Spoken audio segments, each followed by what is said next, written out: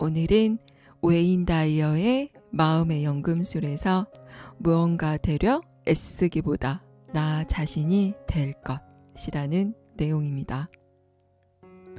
정신적으로 깨어나면 만물의 질서가 있고 우리는 그 질서의 일부임을 알게 된다.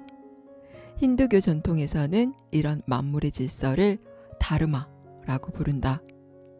우리가 다 해야 할 의무 혹은 신이 세운 완벽한 질서를 따르는 방법을 말한다. 다르마의 개념을 잘 보여주는 이야기를 하나 살펴보자. 어느 날 현인이 강 옆에 앉아 있다가 강에 빠진 정갈을 봤다. 현인은 강으로 들어가 정갈을 구해주었다. 그러나 곧 정갈의 독침에 쏘였다. 얼마 후 현인은 그 정갈이 다시 물에 빠져 허우적거리는 모습을 봤다. 그래서 또다시 강에 들어가 구해주고 또 독침에 쏘였다. 그러자 이 모습을 보고 있던 한 사람이 외쳤다. 왜 자꾸 정갈을 구해주시는 겁니까? 저 형편없는 녀석은 구해준 사람에게 보답이랍시고 독침으로 찌르고만 있는데 말입니다. 그러자 현인이 대답했다. 정갈의 다르마는 당연히 독침으로 찌르는 겁니다. 그렇지만 정갈을 구하는 일도 사람의 다르마입니다. 만물의 질서를 안다는 건 다른 사람 혹은 다른 사물의 다르마에 맞추기 위해 자신의 다르마, 즉 질서 안에서 자신의 위치, 인간으로서 자신의 목적을 미루지 않는다는 뜻이다. 내가 무엇인지 알고 세상에는 질서가 있다는 것을 안다. 다시 말해 내게 일어나는 모든 일이 신이 세운 계획의 일부라는 걸 안다. 모두가 위로 올라가려고, 더 많이 가지려고, 더 많이 싸우려고 앞다투는 요즘에는 다음과 같은 질문을 하는 게 중요하다. 그 모든 걸 가지고 대체 무엇을 하려는 걸까?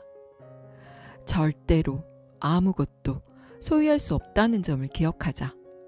우리는 이 세상에 태어날 때 빈몸으로 왔고 떠날 때도 빈몸으로 떠난다. 나는 주머니를 전부 잘라낸 양복 한 벌을 가지고 있다. 옷장을 열 때마다 난도질을 당해 구멍투성인 우스운 꼴의 양복을 본다. 누군가 그 양복을 본다면 아마 이렇게 물을 것이다. 저게 도대체 무엇인가요? 그러면 나는 대답할 것이다. 인생의 마지막에 입는 양복에는 주머니가 필요 없음을 기억하려고 만든 옷입니다. 그 양복을 볼 때마다 나는 형상의 세계를 떠날 때 무언가를 가져갈 수 있는 사람은 아무도 없다는 사실을 떠올린다. 우리는 오직 생각을 통해서만 자신이 속한 관계를 경험하거나 소유한다. 우리는 우리의 배우자나 아이들이 될 수 없고 그들도 우리가 될 수 없다. 서로에 대한 경험을 생각 속에 남길 뿐이다. 배우자나 자녀를 절대로 소유할 수 없으며 그들도 절대 우리를 소유할 수 없다. 그들이 우리를 가졌다거나 우리가 그들을 가졌다는 건 환상이다. 실제로는 전혀 가지고 있지 않다. 물건도 마찬가지다. 우리가 물건을 소유하는 게 아니라 물건이 우리를 소유한다. 뭔가가 없어서, 예를 들면 멋진 차가 없다거나 좋은 집이 없다거나 손에 낄 반지가 없어서 불완전하다는 느낌이 든다면 우리의 인생에 무엇인가 부족하다는 신호다. 이렇게 불완전하다는 마음이 들면 물질을 손에 넣어야 완전한 사람이 될 것 같은 생각이 든다. 그래서 다이아몬드를 사고 자신에게 말한다. 다이아몬드를 가졌으니 행복해질 거야. 그런데 행복하지 않다. 물건을 소유한다는 건 다만 환상이기 때문이다. 그래도 우리는 생각한다. 다이아몬드가 더 크면, 더 좋은 차라면, 계속해서 더 많이 가져야 한다며 에고로 인한 병을 앓는다. 모든 걸 가지고 모으고 쌓아두고 움켜잡아야 한다면 물건의 희생자가 될 뿐이다. 아이러니한 점은 물건이 적게 필요할수록 더 많이 가지게 된다는 점이다. 완전히 깨어 높은 의식에 이른 사람은 더 많이 가지면 더 적어지고 더 적게 가지면 더 많아진다는 걸 안다.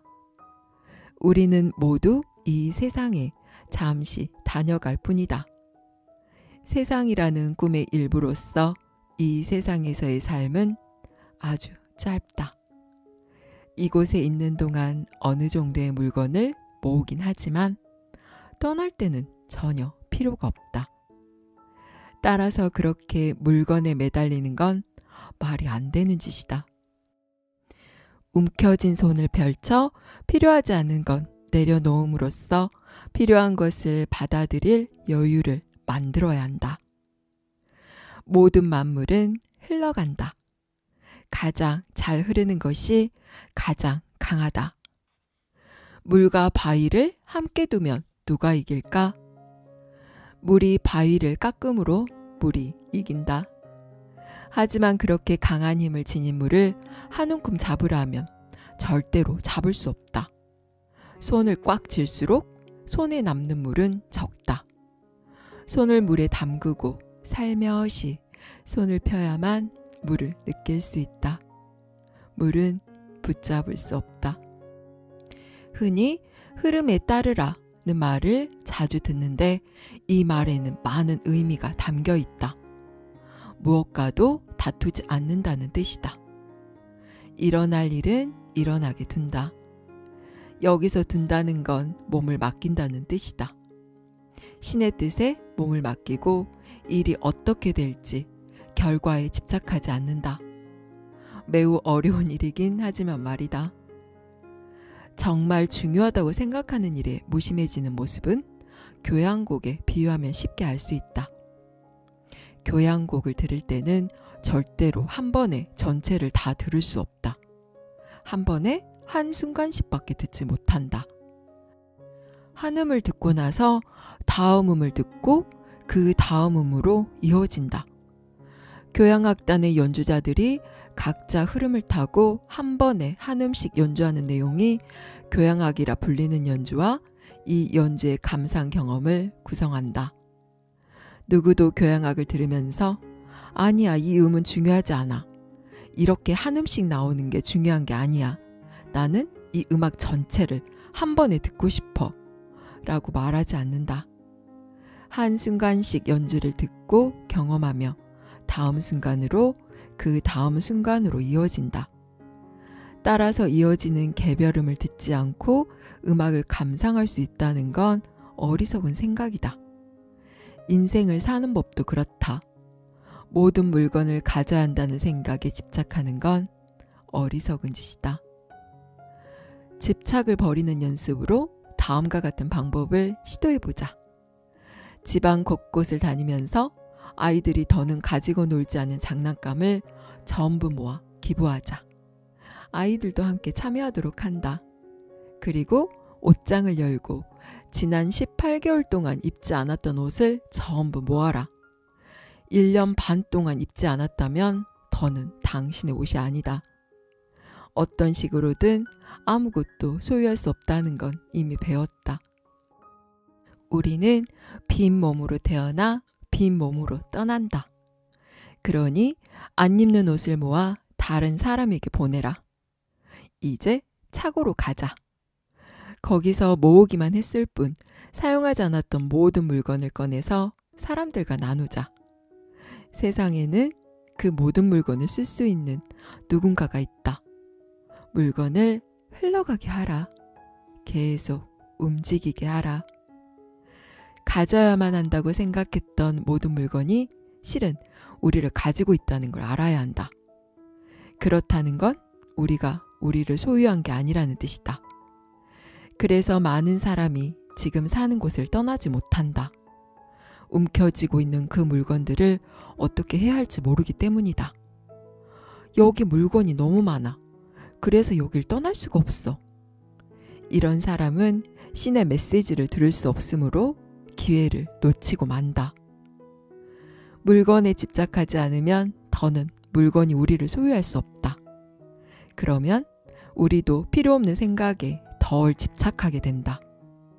이 과정에서 긍정적인 경험을 많이 하고 마음을 열게 된다. 이제는 정말 깨어난 인생을 경험하고 있으므로 전에는 우연이라고 생각했던 일들이 여러 가지 방법으로 나타난다. 집착을 줄일수록 점점 더 많은 것이 우리에게 온다. 무엇이든 더 많이 나눌수록 사물은 흐르고 움직여 삶이 더욱 풍요로워진다. 여기까지 웨인 다이어의 마음의 연금술이었습니다. 당신이 지금 집착하고 있는 것은 무엇인가요? 당신을 목조르는 올가미임을 알고 있으면서도 손에서 내려놓지 못하는 그것은 무엇인가요? 탐욕과 집착에 대한 유명한 이야기가 있습니다.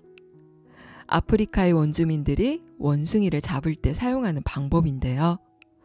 원숭이의 손이 간신히 들어갈 정도의 작은 구멍을 뚫은 조롱박 안에 원숭이가 좋아할 만한 열매를 가득 담아두고 기다리면 냄새를 맡고 온 원숭이가 손을 넣어서 그 안에 열매를 한 움큼 쥐고 빼내려고 합니다.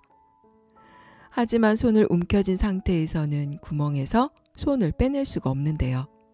사람이 다가와도 그 열매를 포기하지 못해 그대로 잡히고 맙니다.